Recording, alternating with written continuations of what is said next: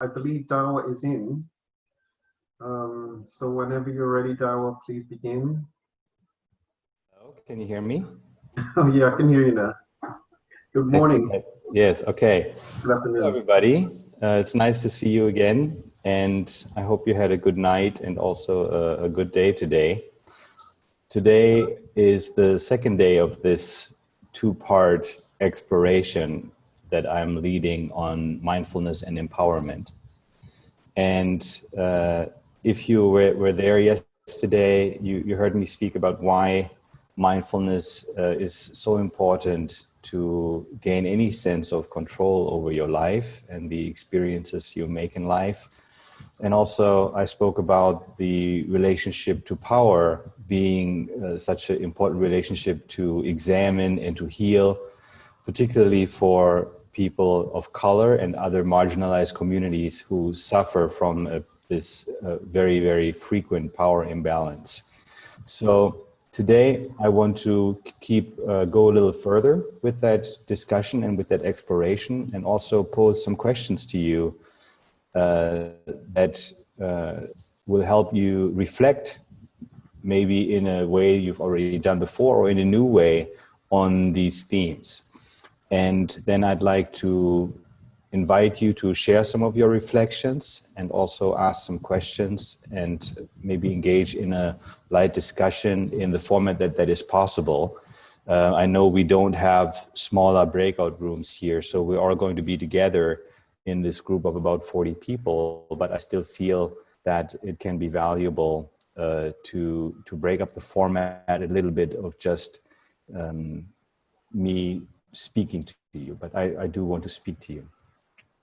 So the relationship with the present moment I spoke about yesterday is key to really developing mindfulness practice. It's not just a technique.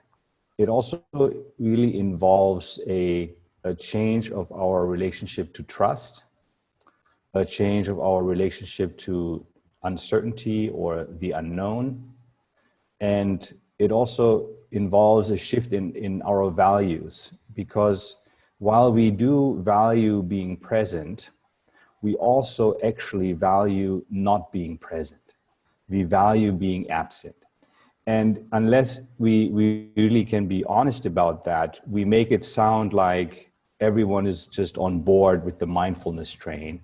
And even we really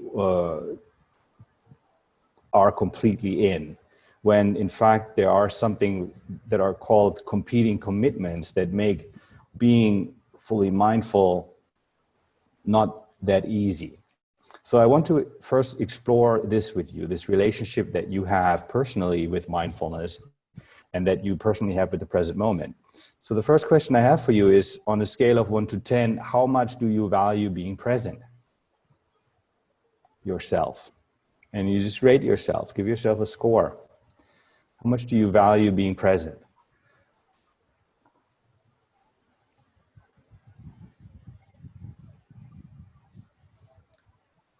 I see somebody holding up an 8, that's great.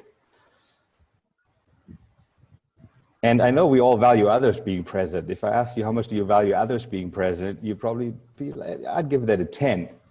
But for yourself, how much do you value being present? And then on the scale of 1 to 10, how much do you value being absent? How much do you value distracting yourself, zoning out?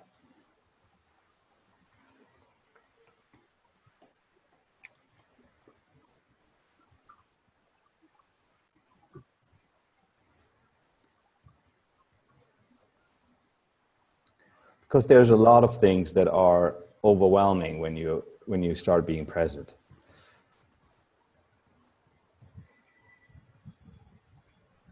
Then I have a question. What are some of the things that actually make you want to be here? And I'm going to phrase that loosely, because that might mean something different for each and every one of you being here. But what are some of the things that make you want to be here?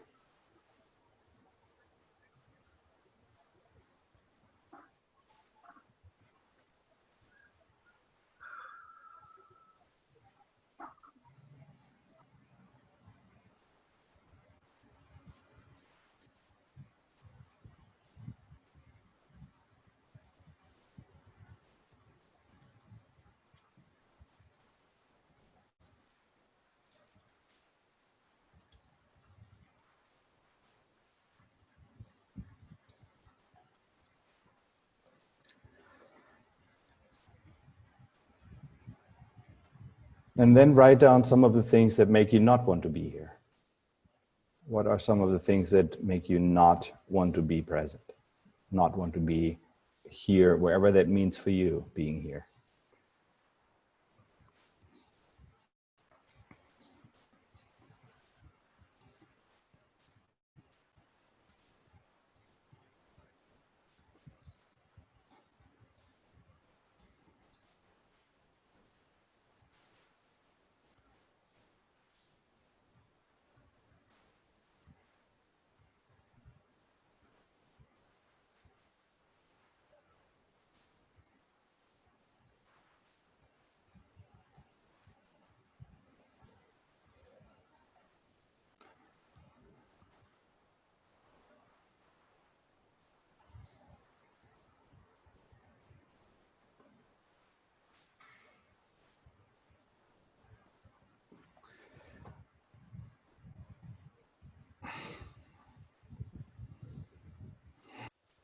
I'm appreciating some of you typing in what is coming up for you as you're doing this exercise.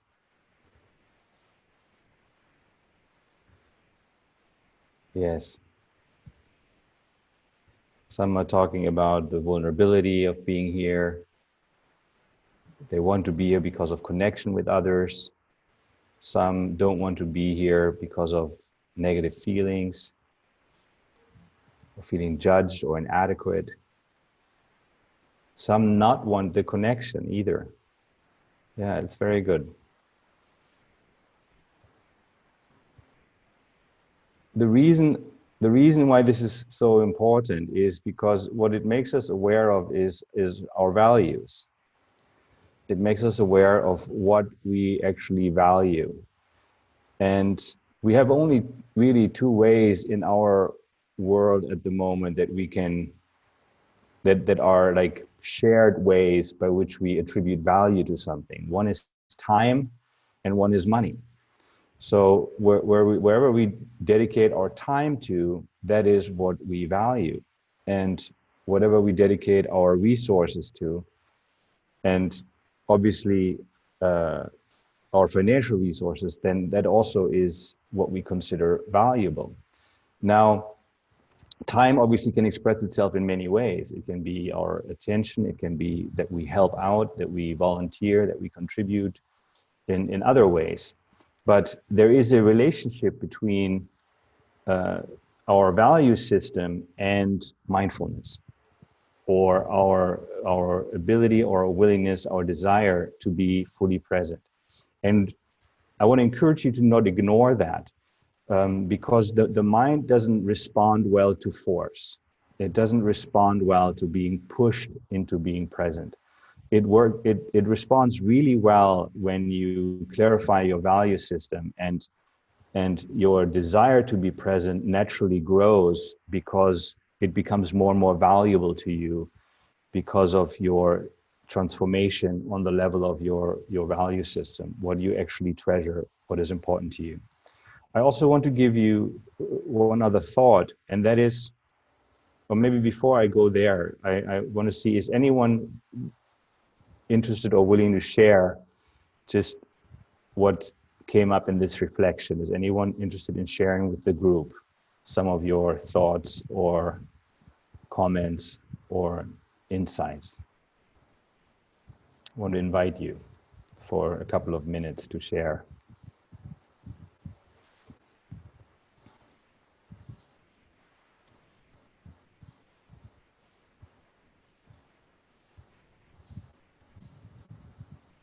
You can wave your hand if you are. I will call on you, or you can raise your hand on the Zoom platform. If I can't see a video, then you'd have to find another way to raise your hand. Anyone?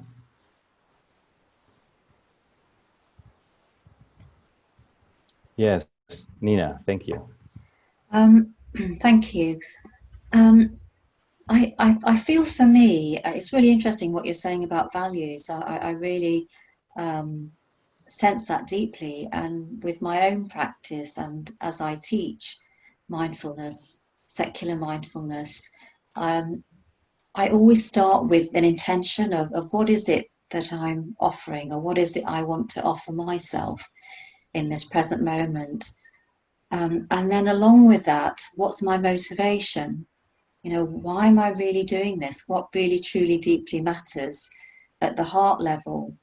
And it feels to me like it's really connecting in with what you're saying in terms of values, because I feel that at the moment there's this real kind of selling of mindfulness at this kind of neurological level, you know, this kind of thinking brain. And we're seeing that, I feel anyway, with a lot of Western white neuropsychologists and scientists. And for me, coming back to the wisdom tradition, it's about the heart. So I ask myself that question, what really truly matters to me? And it feels very much connected with what you're saying about values and a spiritual compass. Interestingly, I found with the question of how much do you value being present, I put 7, which was an instant, and I need some time to process how that number just emerged. But the not being present was 5. And again, probably some time to sort of process, I think, some of that as well. Thank you very much for Thank sharing. you. Yeah. Yes. And one might think that one would, if one is a mindfulness practitioner, not value being absent, but we actually do. So I want to give you 2 other images, I think, that will be helpful before we shift into a conversation about empowerment and power. And that is what I call the roof line and the baseline of our practice. So the roof line of our practice really changes when we learn what practice is all about, and we develop our capacity, our skill through proactive engagement in the practice. The baseline, though, the baseline actually is all about healing, and it's all about releasing. So the baseline of our practice doesn't actually change until we begin to heal certain aspects of our life and of our heart, of our body, in our mind, and we begin to release things. So sometimes one can feel this frustration because one invests so much in shifting the roof line of one's practice, only to again be pulled down again and again down to the bottom, where one has unresolved trauma or narratives or identities that really haven't had an opportunity to be integrated. And so I want to encourage you to understand that there's really 2 different practices that have to occur. The integration, or the creating of the foundation in terms of a baseline, is more the result of healing and of releasing than of learning and of achieving. And don't be frustrated when you practice a lot and you feel like you get pulled down again and again. It really has to do with the fact that there is releasing and healing work to do. And when you do that work, the baseline changes. And it won't be the same experience, because there will be a lift coming from the bottom that you could never get by striving toward greater development through just learning and effort. So explore that. That has been the discovery in my work, in my practice, and also in the way that we work with a lot of teachers and other practitioners. So when we talk about the relationship with power, which I mentioned yesterday that I wanted to explore with you today, a good way to think about it is that power is a universal principle that was introduced to us in some way, and that we have had a natural relationship to. ourselves, and then that we observed in our environment in the way that others had a relationship to it. And I want to invite you to explore what you observed. What relationship to power were you introduced to? Who did you see in your environment have what kind of a relationship with power? First of all, I want to ask you, what do you consider bad power in your own value system? What is bad power?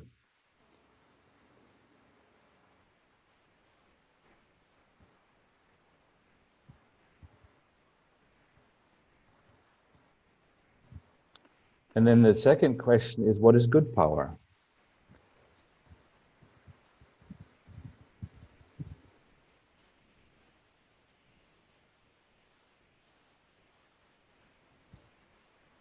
And we have to, maybe this already brings up something, because you may not believe that there is such a thing as good power, or you may have not experienced it, or you may not believe there's such a thing as bad power. I don't know. But we have examples of a lot of incredible leaders, also in the movements important to people of color, that have had and yielded a lot of power, and they needed to in order to accomplish their work and their mission and their calling. So what does that mean for you? What is bad power for you? What is good power for you? And where do you believe that your ideas about power come from? Who taught you about power?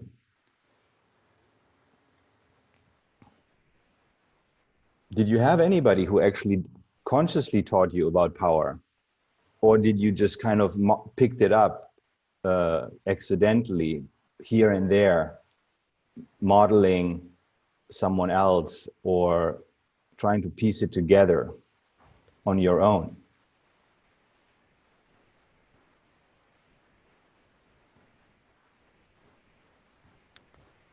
And who was the first person in your life that you observed abusing power?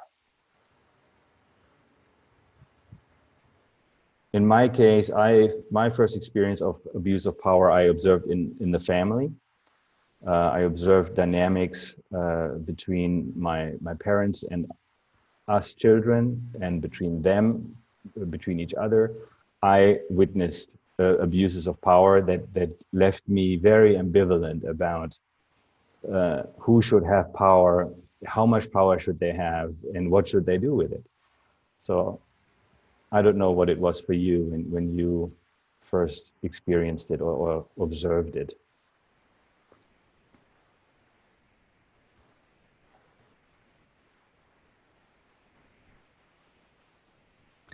And then also, who in your life was actually a great steward of power? Who do you know that actually has a lot of power in your personal life? A friend, maybe you yourself, maybe a family member, maybe a mentor, that you know they have a lot of power and they are a great steward of it. The world is better off, where you can really absolutely say the fact that they have the power they have makes the world a better place.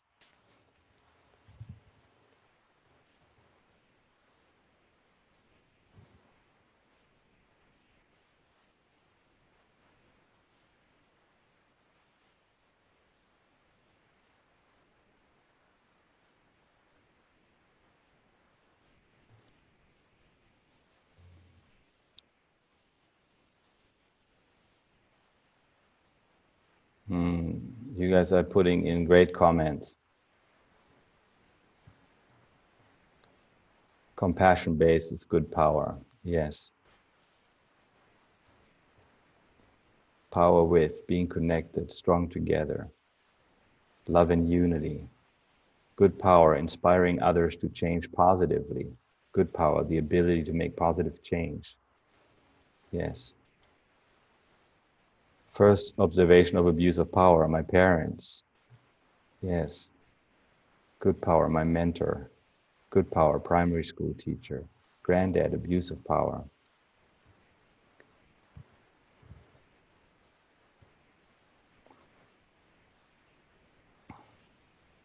So the empowerment the process of empowerment means to receive authority or power in order to do something. And depending on what you consider the source of that authority or the source of that power, then the process of empowering or of empowerment will be either something internal, external, or both internal and external. And it will be either something that you are very open to, or that you feel a certain ambivalence or resistance toward. So spiritually, if you consider the source of spiritual power God or the divine, or you consider the source of spiritual power Buddha nature or Christ, then your ability to be empowered by that source depends on your openness to that process, whether or not you are willing to be fully empowered by what you consider your spiritual source. With regard to what you do in the world as well, is who are you waiting for to give you power and authority? Are you hoping that or waiting that someone outside of you comes to you and says, okay, from today on, you are fully in charge of your life. I authorize you to live your life the way you choose? I know I have many times in many areas of my life been in phases and worked still through phases where it is as if I am waiting for someone else to give me permission to do something that is important to me. And I know that that has to do with the relationship we have to the power and agency, yeah, the real willingness to fully accept the process of empowerment and to fully understand what is the source of that empowerment. I have been empowered by my teachers to do many things as a teacher myself. And yet, is it from them that the power comes? Or is it that they give me the permission to trust myself, to be empowered from within? Yeah, so that is a really important and interesting investigation. What I want to ask you is, where are you receiving your authority and power from? And on a scale of 1 to 10, how willing are you at this moment to receive it? Where are you receiving your authority and power from? What is the source of your authority and power?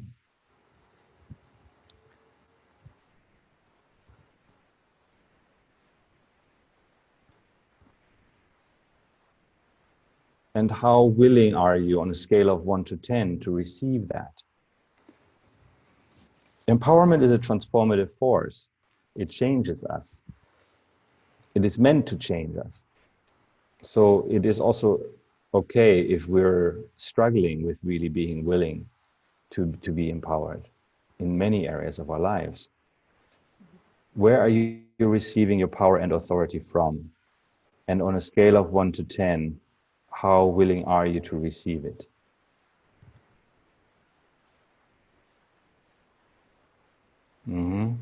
Very nice. Conscience, myself, 10. Yes.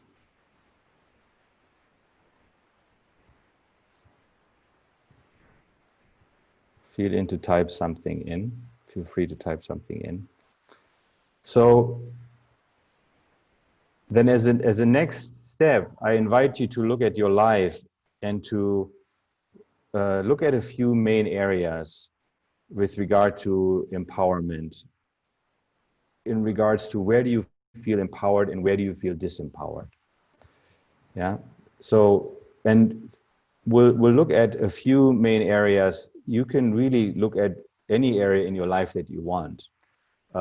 Life is more of a spectrum than a set of categories. but we like categories, and so we like to divide the spectrum into different categories so as to have easier reference points.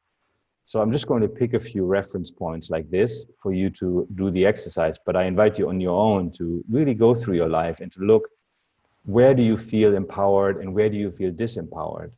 And what is the source of the disempowerment and that empowerment, and how might you experience greater empowerment through your own awareness and through your own clarification of that process.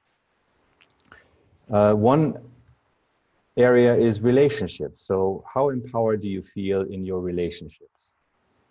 And that usually expresses in your ability to be yourself, to communicate, to speak your truth or to have your voice, to express your needs, to listen and understand the needs of others.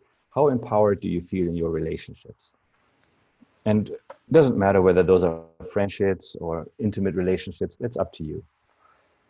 But how empowered do you feel?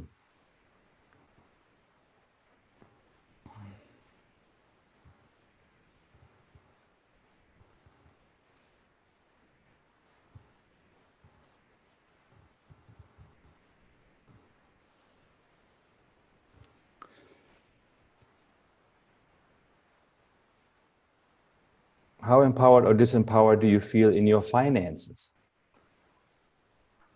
In your relationship with money or with material possessions?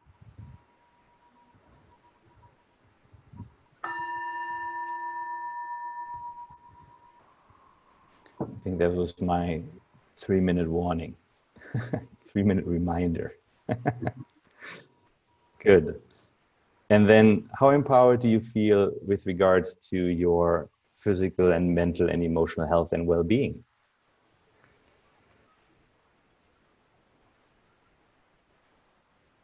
These are 3 areas where we all struggle. Yeah, our relationships, our finances, our health and well-being. These are in general where most people are constantly learning and growing through challenges. So that's why I use those. But feel free to go into other areas in that exploration. And then also yesterday, and this is what I will say to finalize our session, is go through the things that you have control over with regard to your action. I mentioned yesterday that we have mental actions, our thoughts, our attitudes, what we imagine, and then we have physical actions, what we say and what we do. And when we look at our sense of empowerment, sometimes it can be very developed in one aspect of our mental or physical actions and very neglected in another area of our physical and mental actions. For example, we may give ourselves license to think freely, but we feel choked in expressing our ideas and our thoughts to the world. Or we feel very comfortable speaking our mind, but we feel very afraid to allow ourselves to think outside of the box of the framework that we have come to believe or buy into. Yeah. So you can have someone feeling very empowered in either mental or parts of their mental and physical expression, and feeling very disempowered in another part of their mental and physical expression. So I wanted to invite you to explore that. There is a woman, in my opinion, humble opinion, who's done very extraordinary work on the relationship with power that I think you might find valuable. Her name is Sita Barstow, and she wrote a book called Right Use of Power. And it is based on her work on the role that power plays in ethical relationships. She herself is a therapist, but the work is really transferable in much of what we're discussing at the moment with regard to equity and social justice and the dynamics that we have between all of us. So I think you get a lot out of that. It's in my opinion, it's very good work. And that's it. That's the time we had. I hope it was helpful. And thank you for participating.